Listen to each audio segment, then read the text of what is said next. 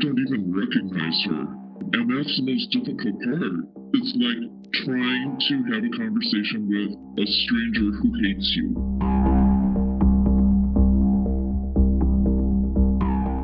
On January 6th, the deadly Capitol insurrection was led by a toxic mix of pro-Donald Trump extremists, white supremacists, and QAnon believers, all trying to stop the certification of the election, an uprising that was encouraged by the now former president himself.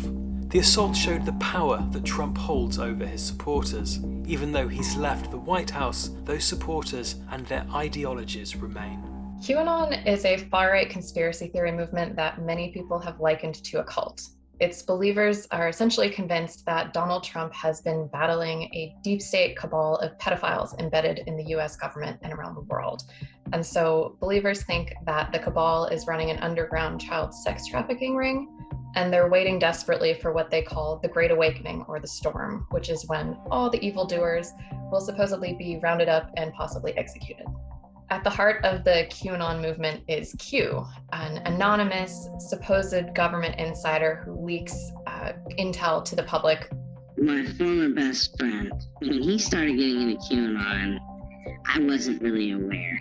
I had just seen him saying some things on Facebook that I just really profoundly disagreed with.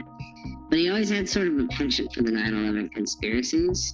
That was the gateway, I think, for this cult to just totally sweep them right in. She talks about how there's a deep state, and she has this intense hatred for the Clintons because she'll talk about all the evil things that they did. She never gets into specifics. She just kind of generalizes. She talks about how like China is this evil superpower and they control the Democrats, and I guess there's a pedophilia thing that's a part of it. It's just really frustrating because you can see that it's not real, that it's a bunch of malarkey, but it's something that they so strongly believe in, and there's no facts to back it up. But then they'll tell you, when you give them facts, that that's all fake.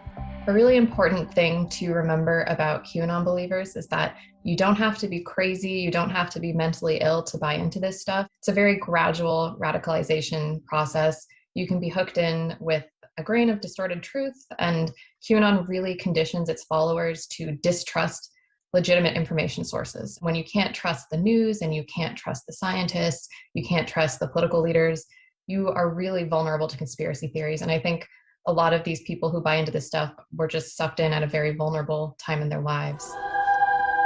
So at the center of the QAnon movement is Donald Trump. Believers lionize him. There's like healthy narcissism and there's really unhealthy. And then there's off the charts bad news narcissism. That's what cult leaders are. Grandiose self-centered behavior, fantasies of power, success, and attractiveness, need for praise and admiration, sense of entitlement, lack of empathy. That's narcissism. Interpersonally exploitative, sadistic, harassing and silencing, violent, lying. He thinks he's above the law. They say, I have the most loyal people. Did you ever see that? Where I could stand in the middle of Fifth Avenue and shoot somebody and I wouldn't lose any voters, okay? It's like incredible. I truly believe that the first 100 days of my administration has been just about the most successful in our country's history. Cult leaders want obedience and loyalty, period.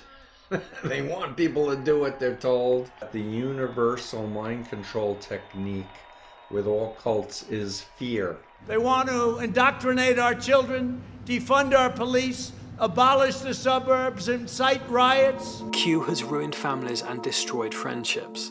Many have been left to pick up the pieces, remembering their loved ones as the people they were before QAnon and Trump tore apart their lives. It's very hard for me to trust her judgment.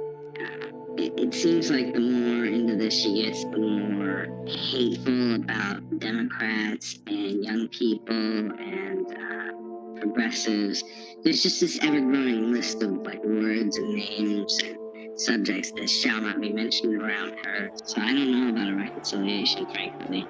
With her declaring that she's going to write me out of the will, I don't feel like I can trust her to take care of my daughter if I were to leave her alone. She wants to meet my daughter, absolutely.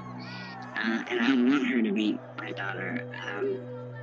I want to be able to feel like I can trust her to take care of my daughter. I think that QAnon is a collaboration between a couple of intelligence services that really want us to have a civil war. And if those people are watching this, yeah, they should know that they've destroyed my family.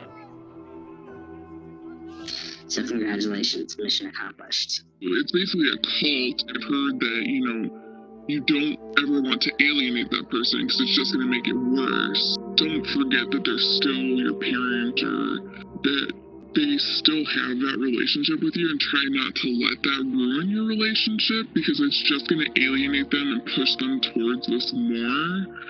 And hopefully that relationship will be the thing that pulls them out of this. She won't even talk to me. She won't even have a conversation with me. She has not been responding to anything. And I know that she blocked me from her son's phone because I would go directly to voicemail if I tried to call, and I would not get a response if I tried to text. I don't recognize anything about her.